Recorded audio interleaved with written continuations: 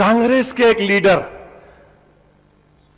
कश्मीर के, नाम नहीं लेता, बड़े आदमी है बहुत, चिढ़ जाएंगे उन्होंने बोले देखो ओवैसी कम्युनलिज्म करते, ये भेदभाव की पॉलिटिक्स करते, क्या है इनका? है आप इलेक्शन हारे मेरी वजह से, बीजेपी जीती वहां पे मेरी वजह से। भाई साहब, बीजेपी का गुस्सा बीजेपी भी निकालो, हमारा तरफ कई कुआर है। किधर आ रहे आप? नहीं इन्हों करे तो क्या आप मदद क्यों नहीं करते? इंसाफ का कम से कम मुतालबा करो। नहीं बोलेंगे वोट बैंक है ना, वोट बैंक है, वोट बैंक नहीं बोलते, बोलेंगे तो नाराज हो जाएंगे लोग, वोट बैंक है। मेरे को आज तक के टीवी चैनल पर एक बीजेपी के लीडर ने कहा कि आप महाराष्ट्र में कामयाबी के लिए कर रहे, मेला सुनो, महाराष्ट्र की पूरी मजलिस को कुर्बान कर दूंगा मैं इंसाफ के लिए। मुझे महाराष्ट्र में मजलिस नहीं चाहिए, मुझे हिंदुस्तान में मजलिस की जरूरत नहीं है, अगर तुम इंसाफ कर दोगे। इंसाफ करो, कौन रोक रहा? हमको महाराष्ट्र से क्या मतलब? जब हमने कह दिया अब्बा का मुल्क है तो महाराष्ट्र क्या है? बाप का मुल्क कहां? मैंने बाप का मुल्क है ये। इंसाफ करो। आप गलतियां आप कर रहे हैं, आप हमको बता रहे हैं, सिखा रहे हैं, ये तो हमारे को क्या मालूम था?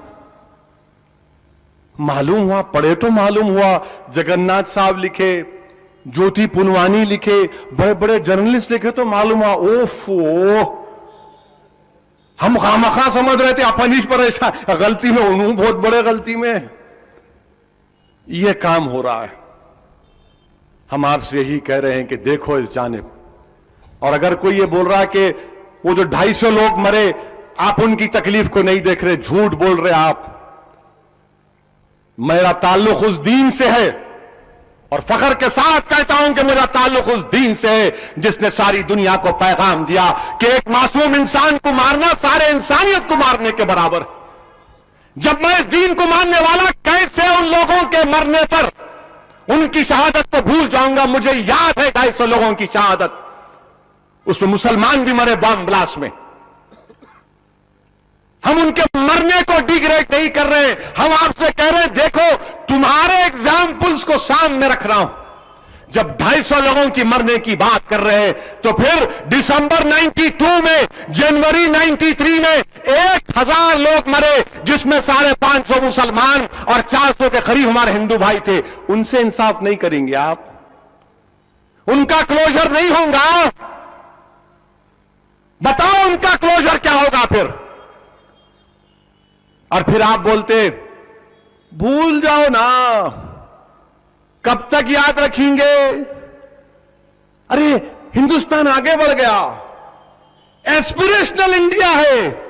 मिस्टर ओवैसी आप कब तक बाबरी मस्जिद को याद करते? एक नया जनरेशन सामने आ गया, इनके उम्मीदों पर आप उनको पूरा करो। ये नए जनरेशन को डेवलपमेंट दिखाओ, ये नए जनरेशन को वहां पर लेकर जाओ। मैं उनसे कहूंगा नया जनरेशन में इतनी ताकत है कि वो अपना रास्ता खुद बनाएंगे इंशाअल्लाह ताला।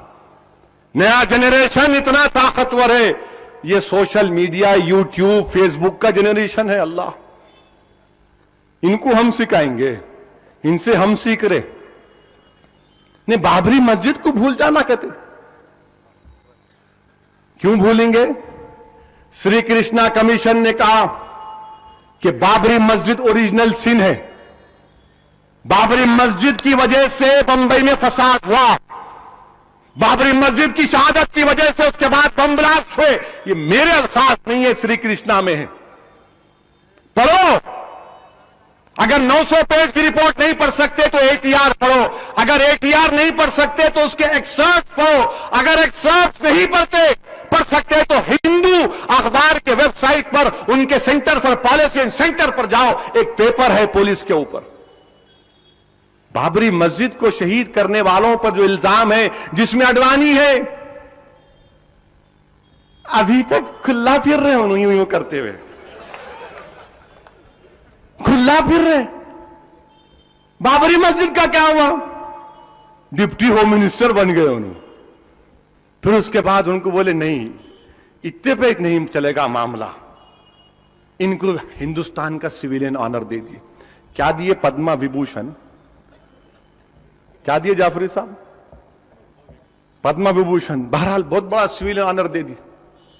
मेरे भाई, अगर मेरे पे एक इल्जाम रहा, कोर्ट केस रहा, मेरा पासपोर्ट नहीं बनता।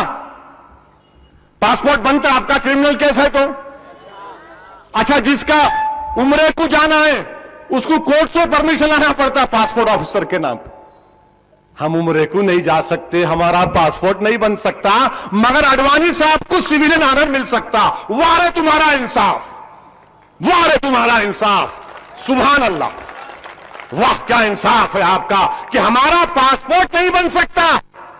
किसी हिंदुस्तानी का पासपोर्ट नहीं बन सकता अगर क्रिमिनल केस है, मगर आप अगर बाबरी मस्जिद के एक्यूज हैं तो आपको ऑनर मिल सकता। ये मुकदमे जल्दी खत्म कर दिया आप, बम ब्लास्ट के खत्म हो गए, अच्छा हुआ, केस चला पूरा। मगर ये चल रहा, अभी देखेंगे, कल देखेंगे, परसों देखेंगे। ये हैदराबाद का परसों होगा, परसों बात करेंगे बोलते ना अपन, वो परसों आता ही नहीं। फिर चल रहा किस्सा। ये बताइए इंसाफ है क्या? ये इंसाफ नहीं हो सकता। और फिर माया कोडनानी, बाबू बजरंगी, 92 लोगों के कत्ल के इल्जाम में ट्रायल कोर्ट, गुजरात की ट्रायल कोर्ट ने कहा कि बाबू बजरंगी और साबिका मिनिस्टर माया कोडनानी को लाइफ की सजा देंगे। तो प्रोसिक्यूशन ने कहा कि हम फांसी की सजा का मुतालबा करना चाह रहे। तो उस वक्त के चीफ मिनिस्टर मिस्टर मोदी ने कहा अब जो मिस्टर प्राइम मिनिस्टर अपील मत करो, लाइफ पे चढ़ाने दो। 92 लोगों को मारे तो क्या फांसी नहीं मिलना? कब मिलना फिर फांसी? फिर कब मिलना? अपील नहीं करते आप। बताओ ये कितने आपके नाइंसाफियों के कहानियों को रखूंगा।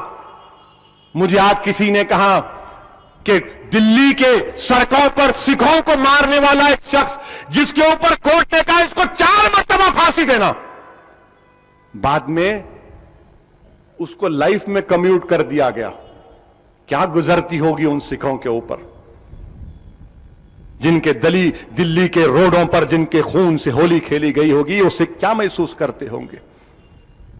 बताइए आप, ये इंसाफ है आपका?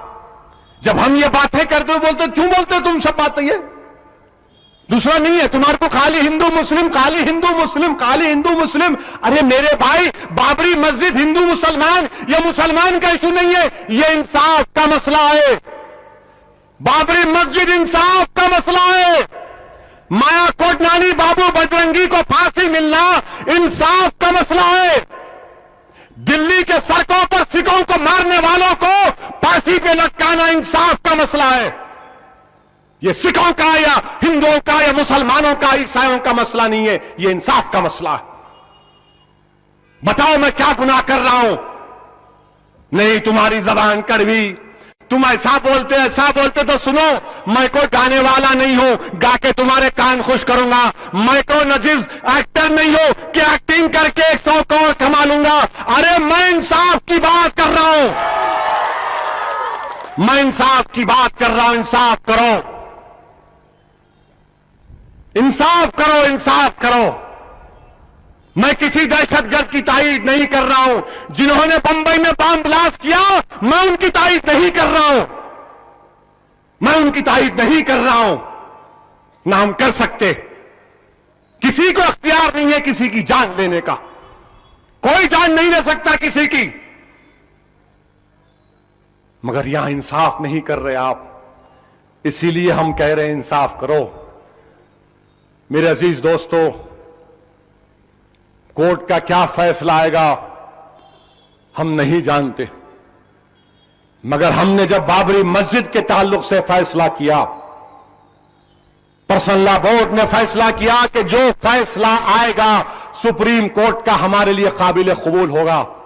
जब हमने अल्लाह के घर के फैसले पर कह दिया कि जो सुप्रीम कोर्ट का फैसला आएगा हमारे लिए कबूल, काबिल कबूल है, तो जो भी फैसला आएगा हमारे लिए काबिल कबूल है। और याद रखो मेरे अजीज दोस्तों, अमन को कायम रखो, अमन बिगड़ना नहीं चाहिए, अमन बिगड़ना नहीं चाहिए। कोई अमन नहीं बिगड़ेगा इंशाअल्लाह ताला। मगर याद रखो, हिंदुस्तान की तारीख में लिखा जाएगा, लोग याद रखेंगे बाबरी मस्जिद को। तुम कह रहे हो कि नया जनरेशन, एस्पिरेशनल जनरेशन आया, भूल जाएगा, नहीं भूलेगा ना, इंशाअल्लाह ताला हम भुलाने देंगे। अरे मस्जिद अक्सा नहीं भूले तो बाबरी मस्जिद भूलेंगे। अबू जहल को नहीं भूले तो जो लोग बाबरी मस्जिद को शहीद करने वाले थे उनको भूल जाएंगे, नहीं भूलेंगे इंशाअल्लाह ताला।